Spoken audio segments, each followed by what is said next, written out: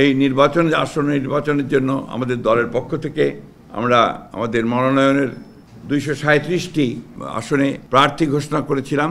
আজকে আমরা আরও 36টি আসনে নাম ঘোষণা করছি। তার মধ্যে ঠাকুরগাঁও 2 ডাক্তার আব্দুল সালাম, দিনাজপুর 5 এ.কে.এম. কামরুজ্জামান, নওগাঁ 5 জাহিদুল ইসলাম ধলু, নাটোর 3 মোহাম্মদ আনোয়ারুল ইসলাম, সিরাজগঞ্জ 1 সেলিম রেজা, যশোর 5 এম ইকবাল হোসেন, নড়াইল 2 মনিরুল ইসলাম, খুলনা 1 আমির এজাজ খান, পটুয়াখালী মোহাম্মদ শহীদুল আলম তালুকদার, বরিশাল 3 জয়নাল আবেদিন, ঝালকাঠি 1 রফিকুল ইসলাম জামাল, টাঙ্গাইল 5 সুলতান সালাউদ্দিন টুকু, ময়মনসিংহ 4 আবু ওয়াহাব আখন্দ ওয়ালিদ, কিশোরগঞ্জ 1 মোহাম্মদ মাজহারুল ইসলাম, কিশোরগঞ্জ 5 মোহাম্মদ মুজিবুর রহমান ইকবাল, মানিকগঞ্জ 1 এস.এ. জিন্নাহ কবির, মুন্সিগঞ্জ 3 মোহাম্মদ কামরুজ্জামান, ঢাকা 7 হামিদুর রহমান, ঢাকা 9 হাবিবুর রশিদ, ঢাকা 10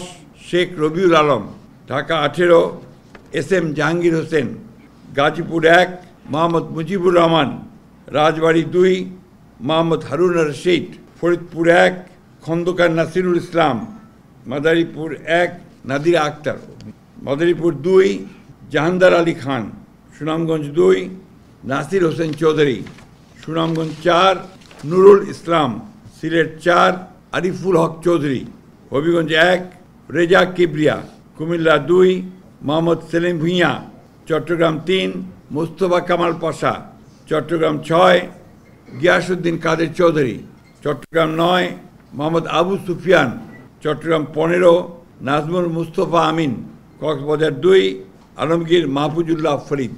এই ছিল আপনার আমাদের 36টা। এর পরের বাকিগুলো আমরা আবার যথাসময়ে ঘোষণা